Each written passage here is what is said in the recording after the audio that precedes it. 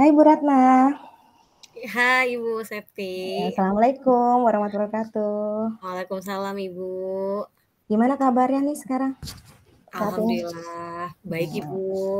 Ibu gimana? oh, Alhamdulillah saya juga baik. Bu Ratna, sekarang ngajar di 289 ya? Iya Ibu, Hmm, benar sekali. hmm. Gimana Bu Ratna di sana pembelajarannya? Untuk pembelajaran sendiri ini yang mau saya coba bicarakan ya Bu ya. Karena memang dalam pembelajaran sendiri kita berada di kelas itu terasa banget berbedanya setelah 2 tahun PJJ ini. Setelah mereka masuk 100%, mereka jadi lebih kurang konsen dalam belajar. Mulai dari mereka polanya lebih banyak ke arah males untuk mendengarkan gurunya berbicara, kemudian dalam prosesnya juga ada yang beberapa kayak bingung, ini guru ngapain di dalam kelas, mau ngapain nih guru-gurunya, terus ada juga yang akhirnya cuma ngobrol-ngobrol sendiri, kemudian ada juga yang mendengarkan tapi seperti nggak mendengarkan, jadi 1 menit 2 menit hilang, bukan 1 menit 2 menit malah setelah bicara kita tanyakan lagi blank, nggak ada isinya sama sekali dia. Makanya efek PJJ ini saya merasakan di dalam kelas itu saya kayak bukan sedang mengajar siswa dalam hal uh, belajar ceramah aja itu susah. Mencoba untuk berdiskusi dengan mereka, mencoba untuk menggunakan pembelajaran yang biasa saya gunakan ternyata itu kurang efektif bagi mereka, seperti itu Bu. Berasa sekali bagi saya untuk membuat anak-anak itu fokus ke saya, bukan hanya matanya saja yang fokus, tapi juga pikirannya fokus ke saya. Jadi saya kesulitan dalam hal membuat mereka itu nyaman ketika saya berada di dalam kelas, ketika saya masuk di dalam kelas itu mereka sudah dalam kondisi power tercas sempurna, mereka bisa belajar dalam kondisi sudah terisi energinya sehingga pas saya masuk mereka bisa masuk kepikiran mereka apa isi materi yang saya berikan. Terutama kan kalau materi saya itu kalau IPA ada dua yang susah itu ketika fisika. Nah, fisika ini saya ngerasa anak-anak malah lebih suka matematika daripada fisika. Karena memang ternyata fisika itu pertama simbolnya berbeda. Kalau matematika biasanya A, B, C, X, Y gitu kan. Nah, kalau misalnya fisika itu udah simbolnya berbeda, simbol di buku sama simbol di buku lain juga kadang-kadang rumusnya sama tapi simbolnya yang berbeda. Sehingga membuat mereka itu agak kesulitan untuk menyatakan jadi yang benar yang mana nih simbolnya nih? Simbol yang A apa simbol yang B? Sedangkan rumusnya sama, tapinya simbolnya berbeda. Terus gimana, Bu? Nah, pertanyaan-pertanyaan yang seperti itu yang sebenarnya saya senang. Berarti mereka melihat buku. Tapi terkadang itu berbahaya buat saya dalam artian kemampuan saya itu background biologi. Sehingga kalau misalnya saya terlalu membuat mereka yang benar ini yang itu nggak benar udah ikutin ibu aja yang ini saya merasa wah berarti saya guru yang maksain gitu akhirnya harus udah yang mana aja yang penting intinya tuh rumus bener A tambah B sama dengan C pokoknya itulah hasilnya mau A tambah B berubah jadi X tambah Y intinya kan sama nanti kamu hasilnya dapatnya sama akhirnya itu yang saya informasikan ke mereka kalau sedang pembelajaran fisika dan untuk saya sendiri terbebani dengan pelajaran fisika karena memang basically-nya adalah biologi. Ketika biologi kita lebih fun, kemudian karena informasinya bukan cuma di kotak kecil itu, sehingga saya bisa uh, merangkum ke pembelajaran lain. Kalau biologi saya bisa sampai ke atasnya, ke bab atasnya karena memang sudah saya mengerti. Sedangkan fisika saya hanya bisa masuk ke bab tersebut. Ketika mencari contoh-contoh yang lain, itu saya agak kesulitan dalam hal fisika seperti itu, Bu. Dan anak-anak juga menangkapnya akan berbeda. Mungkin karena sayanya sendiri yang kesulitan dalam hal Sudah, pola pengajarannya berbeda antara kalau saya lagi mengajar fisika dan saya sedang mengajar biologi. Dan anak-anak juga memang, ketika fisika padahal saya sudah menjelaskan, dengan detail setiap rumus, bagian rumus sampai jawabannya, tapi ketika mereka belajar biologi, "Yes, biologi yes, biologi." Ketika mereka belajar biologi mereka langsung, "Yes." Begitu fisika, "Enakan biologi, Bu, fisika saya pusing, Bu, pusing."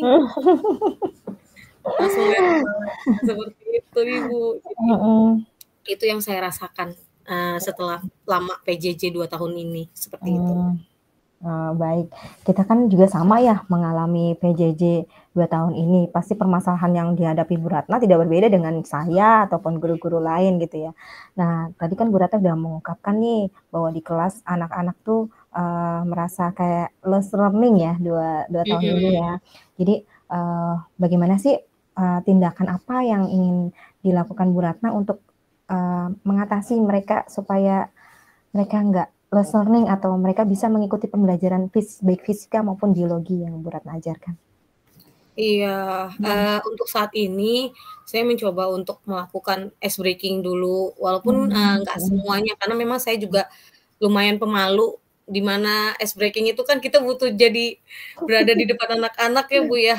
Mau nggak mau Iya. akhirnya untuk saat ini sih saya minta Mhm. kalau mereka sudah mulai merasa, lelah, jadi nggak di Mhm. awal pembelajaran, Mhm. hanya ketika mereka lelah, kemudian makanya saya kalau ke dalam kelas selalu membawa bluetooth, kemudian, Mmm. ada handphone di tas.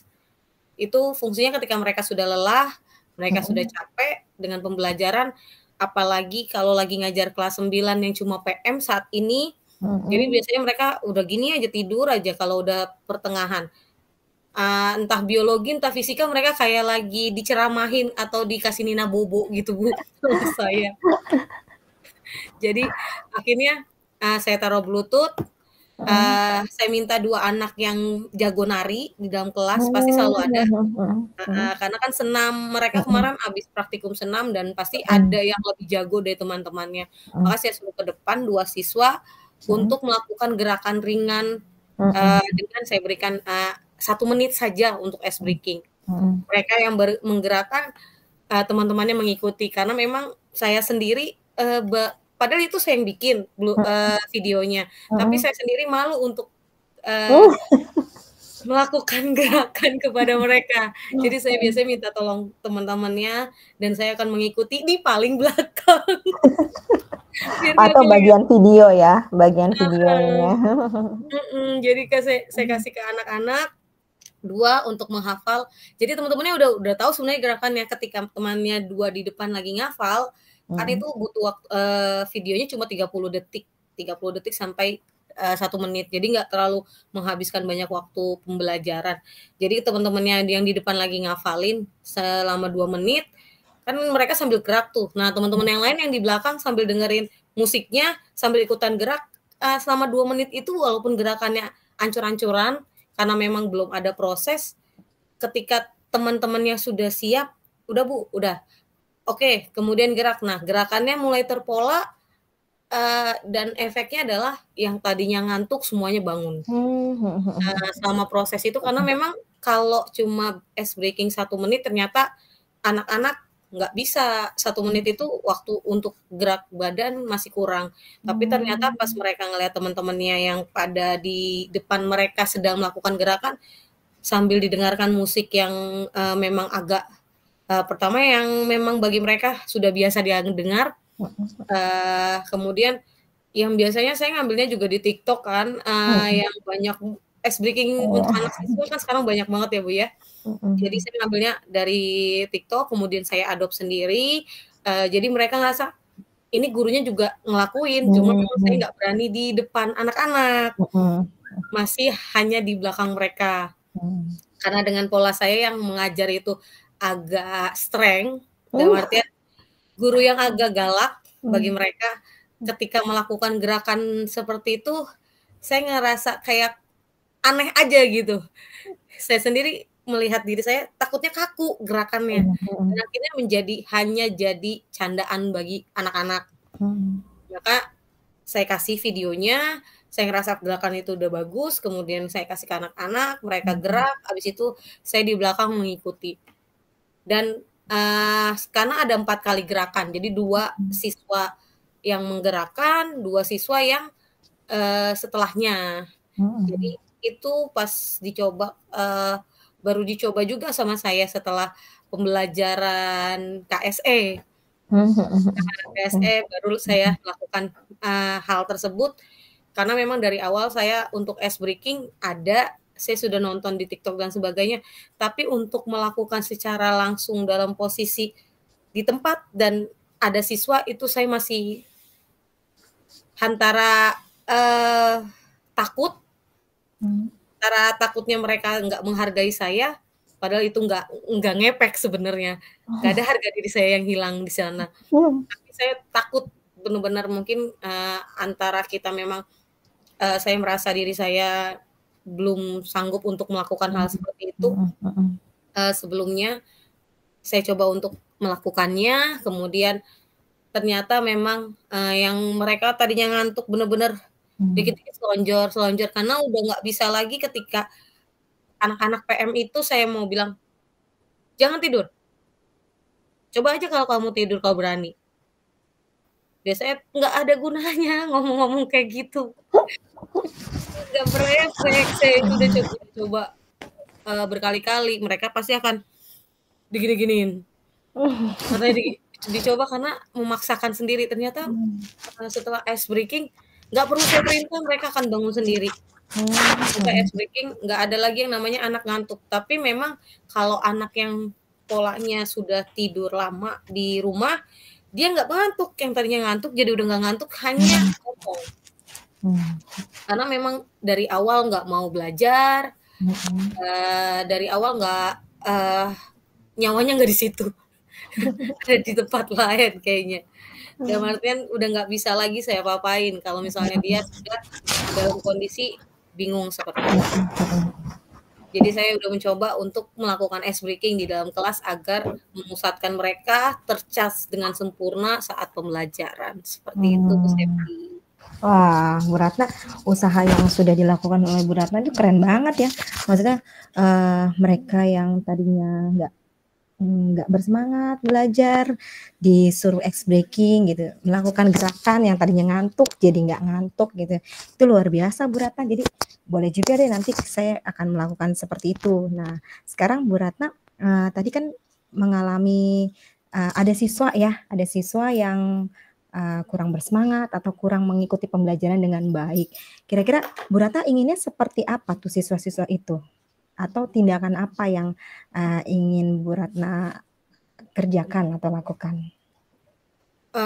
Saya inginnya sih, di waktu-waktu mereka nih yang tinggal 2 minggu ini nih, inginnya ya mereka melakukan pembelajaran karena kan mau nggak mau nanti mereka di SMA itu butuh pembelajaran IPA walaupun nanti mereka masuk SMK, Mhm mhm masuk SMA yang IPS ketika kalau saya lagi tanya, "Nanti kan IPA juga dipakai kamu di SMA." "Saya mau masuk IPS Bu, nggak mau masuk mhm. IPA." Jawabannya seperti itu. "Oke, emang kamu yakin di IPS nggak belajar tentang IPA sama sekali?" Mhm. Karena memang sudah terlebih dahulu tentang IPA bahwa, "Ngapain gue belajar IPA, gue mau masuk IPS, ngapain?" Gitu. Mereka Mmm, sudah gitu. berpola seperti itu. Mmm. Saya coba untuk, mendekatkan, "Ya udah, entar pulang sekolah jangan pulang dulu, Ibu WA orang tuanya, kamu kerjakan Mhm tugas yang belum." mhm Karena memang kan kalau anak-anak yang, sebenarnya saya udah mengajar mereka waktu kelas 8, mhm kemudian ada guru mutasi, dan kelas 9 kosong. Akhirnya saya yang tadinya, saya dilimpahkan untuk kelas 9 mengajar anak-anak ini. Kemudian, pas prosesnya, karena saya udah bilang, "Kamu kan sudah kenal ibu, gimana pola ngajar ibu, ibu harap kamu bisa, mengambil pelajaran dari waktu kelas 8. Jangan diulang lagi kalau memang itu nggak baik ya." mhm Kemudian ternyata, eee, beda dengan kelas 8 anak ini. Kelas 8 itu bener-bener nggak mau ngerjain tugas saya. mhm Mungkin dia merasa udah tanggung jawab dia ketika kelas 9 mereka, menjadi lebih baik. Dalam artian mhm tugas sudah mau dikerjakan, kemudian hanya terkadang, kelemahannya adalah dia lambat dalam mengerjakan tugas. Teman-temannya sudah selesai, ketika saya tanya, "Baik, ada yang belum selesai?" Dia tidak mau bilang kalau dia belum selesai. Hanya diam saja. Kemudian, "Udah berapa banyak?" Hanya setengah. Mereka udah nulis satu paragraf misalnya, lagi part-nya untuk teori, kemudian mencatat. Nah, teman-temannya sudah selesai, anak ini mencatatnya kurang. Dan akhirnya, saya berikan informasi ke dia, saya pengennya itu kan dia tetap dalam kondisi dia bisa pelajaran IPA, walaupun dalam mindset-nya dia mau masuk IPS, dia bisa IPA untuk saat ini, karena kan dia mau ASS, mau, untuk ulangan. Minimal ulangan dia dapat nilai bagus di IPA. Ya saya nggak muluk-muluk dia dapat 100, ya minimal 70, 80 itu ada. Makanya mau nggak mau treatment-nya, saya coba untuk berbeda dengan teman yang lainnya. Dan teman yang lainnya bukan iri, malah seneng melihat penderitaan teman lainnya kayaknya. Padahal sebenarnya kan, dia saya kasih treatment setelah pulang sekolah, kalau untuk anak yang pintar bilang, "Ibu enak sekali." Tapi kalau sesama teman-teman dia malah bilang, "Mampus lu emang enak." Ayo lu sama Bu Ratna disuruh pulang jam 3 lu, bareng sama Bu Ratna lu, syukurin lu. Kalau teman-teman yang aslinya seperti itu. Jadi, ada agak pro dan kontra ketika saya mencoba menggunakan itu. Dan informasi seperti ini kan pada dasarnya pihak sekolah sih, Bu. Mau nggak mau kalau misalnya pihak sekolah, nggak mau mengizinkan, ya saya nggak bisa anak untuk pulang melebihi jam 2 kan mereka udah pulang. Kalau pulang saya nggak beri biasanya saat saya saja berarti cuma 2 kali doang dalam 1 minggu itu. Dan ternyata kan, anak ini saya hanya guru mata pelajaran dia. Ketika saya bertanya wali kelasnya, ada background di balik dia seperti itu. Dengan orang tuanya yang, dua-duanya kerja, nggak ada di rumah, jauh dari pantauan kedua orang tua, dia tinggal hanya dengan neneknya, kemudian, uangnya juga pas-pasan. Setelah pembelajaran atau setelah sekolah dia main di luar, main hadroh, dan sudah masuk ke tahap yang dipanggil ke mana-mana. Jadi ibarat kata, gue udah ngasilin uang sendiri nih dari hadroh. Gitu. Udah tahu cara menghasilkan uang, kemudian setiap pulang, dari hadroh kan itu bisa, kalau lihat majelis Rasulullah itu kan kalau main bisa sampai malam sekali jam 12 atau jam 1 baru pulang. Jam 1 atau jam 3 lah paling lama itu dia akhirnya nggak tidur lagi, nyampe sekolah ngantuk. Kemudian, minat belajar jadi kurang karena memang prosesnya dia kalau ke sekolah pasti lelah, udah, melakukan hal tersebut.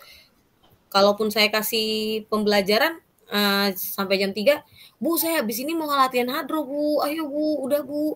Jadi nggak fokus juga ketika, walaupun saya udah bilang, "Kamu kerjain ini dulu." Tapi saya ngerasa emang dia butuh banget kasih sayang dari pihak luar.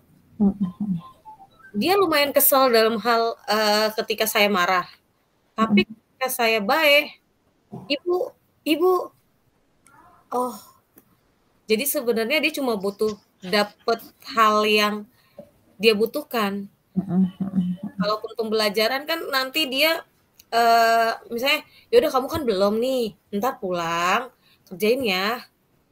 Ini minggu pertama, kalau dia nggak ngerjain tugas saya pasti kayak gitu, "Gimana Rifki, Jumat kamu ada hadroh nggak?" "Ada Bu." "Ya udah kalau kalau misalnya ada hadroh, Jumat kamu nggak usah kerjain, nanti hari Senin kamu kerjain ya." Lagian juga di rumah kan entar capek takutnya. Sebenarnya hal-hal kecil seperti itu sebenarnya dia kesel. Awal-awal pembelajaran. Dan saya sebagai guru juga agak kesel ketika, "Lama banget sih Ki." Ternyata kita nggak bisa melakukannya dengan amarah. Ya benar juga kata pepatah zaman dulu kalau, coba untuk mematahkan, kuat-kuatan ya satunya pasti patah. Kalau dua-duanya pakai amarah ya kedua-duanya pasti patah. Tapi ketika satu digetok, satunya dengan lembut, pasti ada bagian yang bengkok dari besi tersebut. Iya, betul betul. Wah, keren banget Bu Ratna. Jadi kalau tadi Bu Ratna sudah melakukan hal-hal yang, apa, menangani siswa tadi, mulai dari pendekatan emosionalnya ya, pembelajaran sosial emosional, terus ada pendekatan juga dengan orang tua, kemudian, Bu Ratna sendiri tadi, membuat apa, eee waktu tambahan ya, keren banget. Nggak setiap guru loh, nggak setiap guru mau meluangkan waktu di luar jam mengajarnya untuk, membereskan siswa yang mengalami lost learning tadi. Jadi, ini sudah usaha yang baik sekali yang dilakukan oleh Bu Ratna, dan semoga ke depannya ini jadi satu solusi yang menghasilkan ya. Jadi solusi yang baik juga dapat merubah kebiasaan si anak tersebut, dan satu lagi nih bisa juga dimotivasi, kalau kamu masuk IPS emang kamu nggak perlu pelajaran IPA. Sebenarnya pelajaran IPA atau pelajaran yang lain kan bisa aja, secara tersirat ada loh metode pemecahan masalah di situ. Jadi kalau misalkan apa namanya, eee belajar IPA, jadi secara nggak langsung kamu diajarkan untuk bagaimana cara memecahkan masalah, untuk bergunanya di kehidupan depan gitu ya. Ya, Iya, benar. Ratna seru sekali, pembicaraan kita kali ini, terima kasih ya sudah mau untuk berbagi dengan saya, ya, sampai ketemu lagi Bu Ratna. Iya, terima kasih Bu Septi atas, bimbingannya, selama ini. Kurang lebihnya saya mohon maaf ya Bu ya, kalau misalnya ada kata-kata saya yang salah selama saya pembicaraan Sama-sama, tadi. saya juga mohon maaf. Terima kasih ya Bu ya. Kita 11.45 suruh